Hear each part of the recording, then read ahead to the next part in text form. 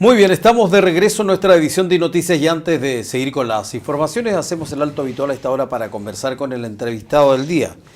Vamos a hablar de procura de órganos, un tema muy interesante, muy importante, del cual tenemos que hacer conciencia todos respecto de esto, porque a lo mejor a usted, a mí nos puede tocar más de alguna vez y tenemos que en alguna medida responder positivamente, se supone. Está con nosotros don Rodolfo Soto Ruiz. Él es enfermero coordinador de la unidad de procura y trasplante de órganos del Hospital Base San José de Osorno. Don Rodolfo, bienvenido a INET Televisión. ¿Cómo está? Bienvenido. Muchas gracias, muy buenas tardes. Gracias por la invitación. ¿Cuánto tiempo trabajando justamente en la unidad de procura y trasplante de órganos del Hospital Base? Van a ser ya 3 años, ¿no? Desde que asumí el cargo el 2015. ¿Se especializa justamente en esto? Sí, exactamente. Cuéntenos el significado que tiene, digamos, su labor. Bueno, hoy día, siguiendo los lineamientos ministeriales, en el fondo, se decide en el año 2013 específicamente otorgar cargos a los hospitales bases, hospitales regionales, cargos de enfermería con la orientación a la coordinación en el procuramiento de órganos, ya pacientes multiorgánicos. Ya, y es así como nace este cargo el 2013, ya, y con la presencia de otros enfermeros antes de yo asumir el cargo y con los resultados en el fondo trabajando a nivel local respecto de la pesquisa de potenciales donantes y finalmente con el procuramiento de los pacientes para aportar en el fondo órganos, valga la redundancia, al sistema. ¿Ya? Procura de órganos, con solo decirlo, causa como impacto en las personas, en las familias, cuando hay un ser querido, cierto, enfermo y bueno, a punto de fallecer o qué sé yo. Usted sabe más del tema en cuanto a cómo resuelven este conflicto que se produce en la familia, porque algunos dicen sí, no, yo soy donante o no soy donante. Bueno, ese es un tema, partamos de la premisa. Por eso hoy día muchas de las campañas que hay, incluso campañas de televisión, apuntan básicamente hacia el que la familia finalmente respete la decisión del familiar, en el fondo fallecido o del fallecido, respecto de su voluntad de donar. Y ese es ahí un punto clave, porque finalmente nosotros como enfermeros coordinadores lo que hacemos en esta mal llamada entrevista, porque la verdad que no es una entrevista propiamente tal, lo que nosotros hacemos es que en el momento de la certificación de la muerte cerebral, en el momento de la certificación de la muerte por parte del equipo médico de la unidad de cuidado intensivo, especialistas, médico de turno y el neurólogo, neurocirujano, lo que nosotros hacemos es nos reunimos con la familia y hacemos en el fondo una mención respecto de cuál era la voluntad del paciente fallecido respecto del tema propiamente de la donación. Y finalmente ahí uno se encuentra con múltiples escenarios. La experiencia me dice que han sido este tipo o este momento puntual ha sido diverso, desde familias que muy altruistamente y muy al unísono responden sí, perfecto, nuestro paciente, mi marido, mi padre, mi esposo sí era donante y yo por supuesto voy a respetar esa decisión y como diciéndome, perfecto, ¿qué es lo que necesita? ¿Qué es lo que le puedo donar? Ya frente a otras familias que en el fondo hay discrepancias, que unos dicen que sí, otros dicen que no todos están de acuerdo, etcétera, etcétera. Y otros que finalmente, y al unísono también, dicen no, independientemente de que mi familiar haya expresado su voluntad de donar, la verdad que yo no estoy de acuerdo y no. Y en ese contexto, pues no. ¿Es obligación que el paciente llegue a un centro asistencial en calidad de grave, por ejemplo, ya ustedes sepan si es o no donante? A ver, no. Al respecto hay que ser bastante cuidadoso. Ya. No olvidemos que hoy día la ley dice que por el solo hecho de nosotros ser mayores de 18 años somos donantes universales. Por lo tanto, ante esa situación, usted hoy día la única forma de no ser donante, es decir, de no donar, es asistiendo o acudiendo a una notaría donde expresa su voluntad a través de un documento y el notario tiene la obligación legal de hacer llegar ese documento al registro civil. ¿Ya? Por lo tanto, nosotros frente a un potencial donante o paciente que cumpla las características para donar, ¿ya? Por edad, etcétera, por el cuadro clínico que tiene, nosotros consultamos primero a este registro nacional si el paciente es no donante. Entonces, ¿y qué pasa si la familia se opone en ese momento? Es que lo que pasa es que la familia, la entrevista o esta reunión familiar es posterior finalmente al fallecimiento del familiar. Es cuando ya el equipo médico ha dado todo, se ha hecho todo por el paciente y finalmente el resultado, lamentablemente, es un paciente fallecido. Antes de eso, nosotros como enfermeros y como coordinadores no intervenimos con el paciente. Nosotros no tocamos al paciente nada, absolutamente nada. Lo único que nosotros se nos dice, estimados, hay un paciente que cumple criterios, en fondo condiciones como para ser donante y él está en la UCI, perfecto, y eso no es nada más. ¿Ya? Nosotros, nuestra intervención directa es posteriormente a este evento, el fallecimiento, la constatación del fallecimiento, y nos acercamos a la familia y hacemos la solicitud finalmente de los órganos. Y en ese contexto la familia tiene toda la libertad, la ley la ampara también, que es un poco paradójico. La familia tiene la absoluta libertad de decir sí dono o no dono. Y si la familia dice que no, es no. Aun cuando el paciente o el familiar fallecido haya expresado o haya dicho verbalmente y esté registrado como donante, por ejemplo. Y por eso cuesta mismo entonces lograr estas procuras, sabiendo que todos los días uno está viendo una cantidad enorme de gente que está pidiendo justamente un órgano. No olvidemos hoy día que en Chile tenemos una lista de espera de aproximadamente 1.180 pacientes que esperan un trasplante renal. Cerca de 600, 700 pacientes que esperan un trasplante de córnea, un número menor de hígado y un número menor también de páncreas, pero en el fondo hay gente que está en esta lista de espera y hay urgencias nacionales en ese contexto también. Pues. Así que, de hecho, nosotros en el paciente que procuramos anteriormente, al último que tuvimos hace muy poco atrás, estoy hablando de primeros días de marzo, la familia gentilmente donó el hígado y ese hígado fue trasplantado en un paciente que era urgencia nacional. No solo la procura de órganos siempre es exitosa, también puede tener su situación negativa. ¿En qué sentido? En el resultado cuando hay una procura de órganos y cuando hay un trasplante. A ver, cuando hay un trasplante. Cuando hay un trasplante. La verdad es que en general hoy día, entendiendo también que el trasplante hoy día es una alternativa terapéutica, ¿ya? Y en el fondo revolucionó el ámbito de la medicina.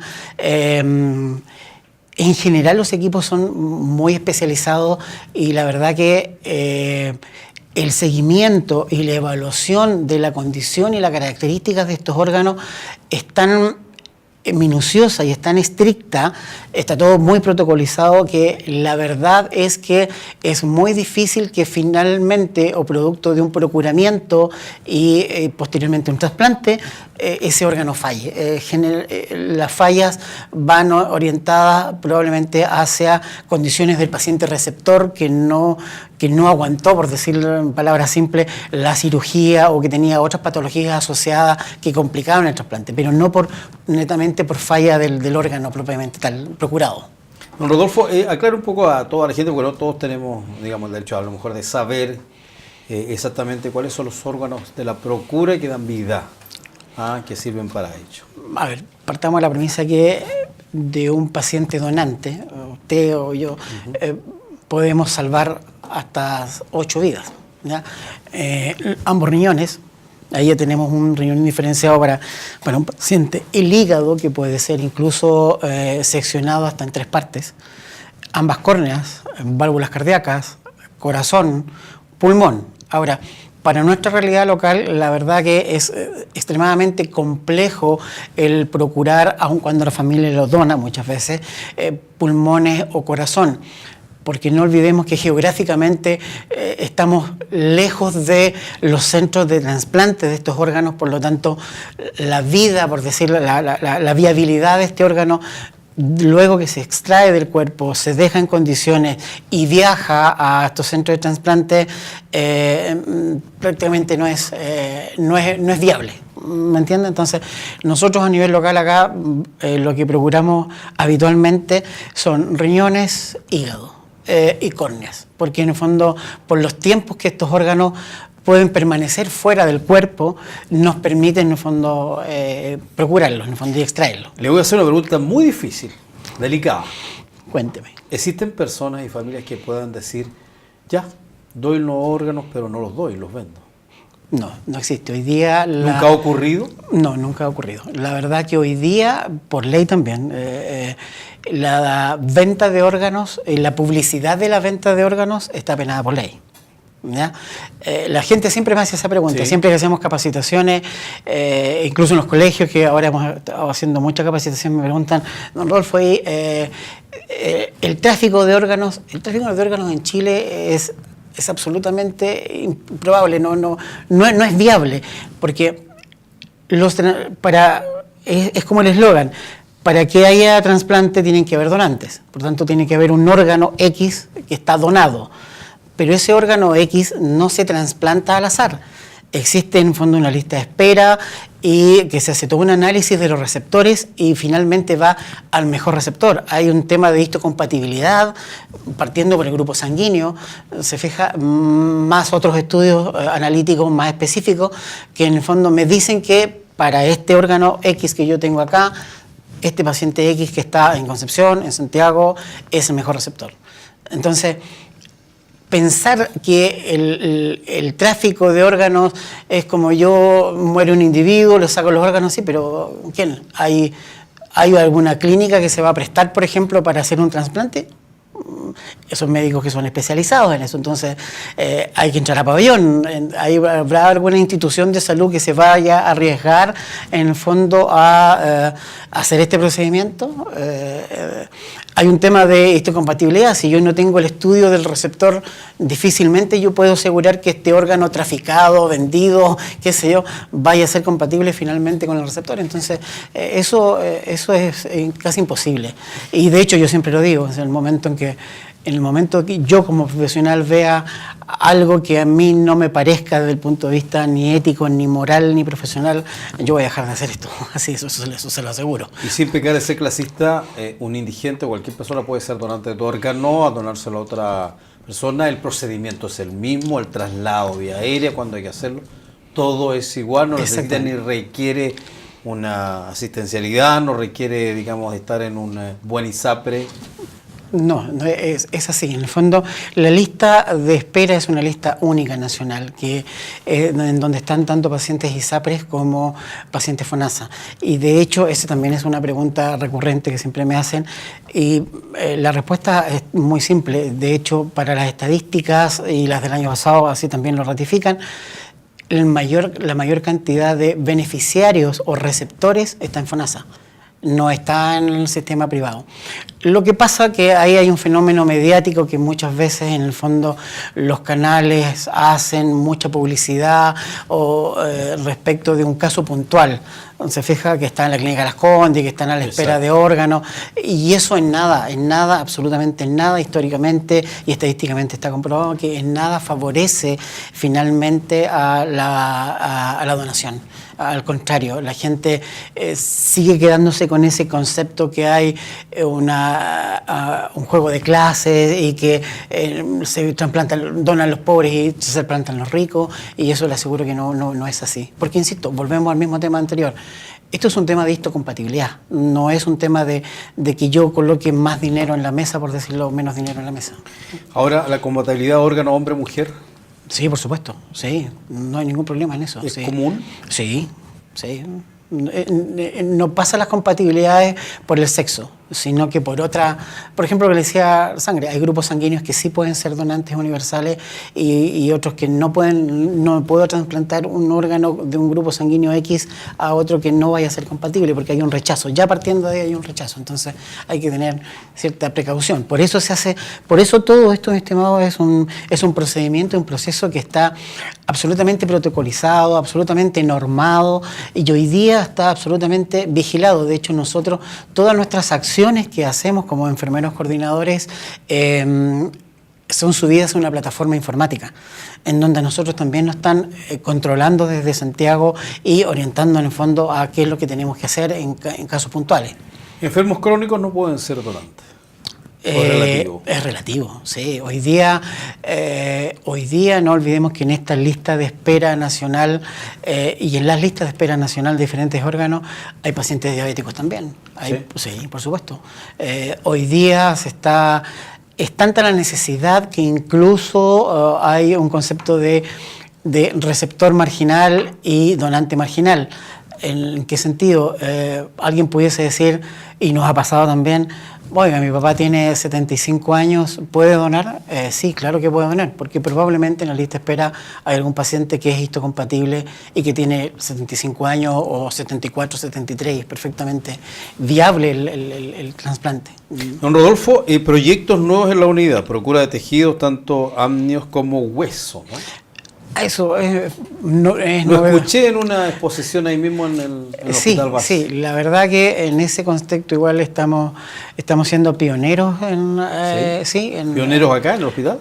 Pioneros en la zona sur. De hecho, no existe otro hospital de Los Ángeles al sur que esté desarrollando estos dos programas de procuramiento. Uno, como usted bien dice, es el de membrana amniótica, en el fondo que hoy día las madres operadas o con cesárea electiva tienen la posibilidad de donarnos este tejido, este desecho biológico que finalmente iba a dar a un tacho, una bolsa y un tacho a la basura, y era eliminado como desecho biológico. Hoy día nosotros lo procuramos, lo manejamos, se procesa y vuelve en parches de tamaño específico que son utilizados en cirugías de maxilofaciales, en cirugías de oftalmología.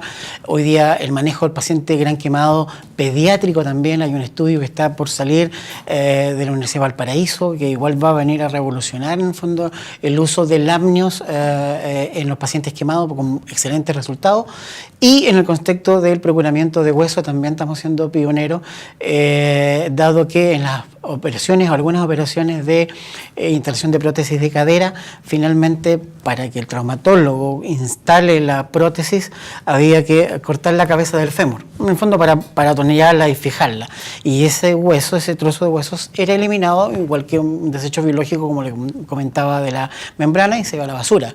Hoy día nosotros lo tomamos, se lava, se tiene todo un procedimiento, un proceso, se almacena, se congela a menos 80 grados, se envía a Santiago al Banco Nacional de Tejido, en donde lo procesan, lo limpia y vuelve estéril, y sirve para, en el fondo, las mismas u otras cirugías de cadera u otras cirugías traumatológicas. Algo que antes era impensado también. Algo antes que era absolutamente impensado hace un par de años atrás. ¿Procura de córneas? Estamos también siendo líderes en la zona. No olvidemos que nuestro hospital en el fondo es centro de referencia en oftalmología, y nos faltaba ese poquito que era empezar a hacer trasplantes de córnea, y nos ha ido bastante bien. Así que estamos igual con una casuística bastante importante y estamos resolviendo la lista de espera de pacientes que esperan un trasplante de córnea. Estamos en el tiempo. ¿Algún llamado que le quiera hacer a la comunidad? A ver, yo creo que lo mismo que siempre he dicho en todas las entrevistas, cada vez que me consultan. Primero, agradecer a la comunidad osornina, en el fondo, y a las familias osorninas, en el fondo, que finalmente nos han donado y han podido hacer efectivo este milagro de la vida en otros pacientes. Y seguir con el mismo ímpetu y con la misma acción altruista, e invitarlos en el fondo a informarse y a capacitarse en estos temas, porque es de la única forma que podamos erradicar finalmente los mitos. Gracias por estar con nosotros. De nada. Un trabajo bastante especial también y complejo este. Don Rodolfo Soto Ruiz, enfermero coordinador de la unidad de procura y trasplante de órganos del Hospital Base San José de Osorno, haciendo un llamado también a ser donado. Vamos a una pausa y regreso, seguimos revisando más informaciones. Ya estamos.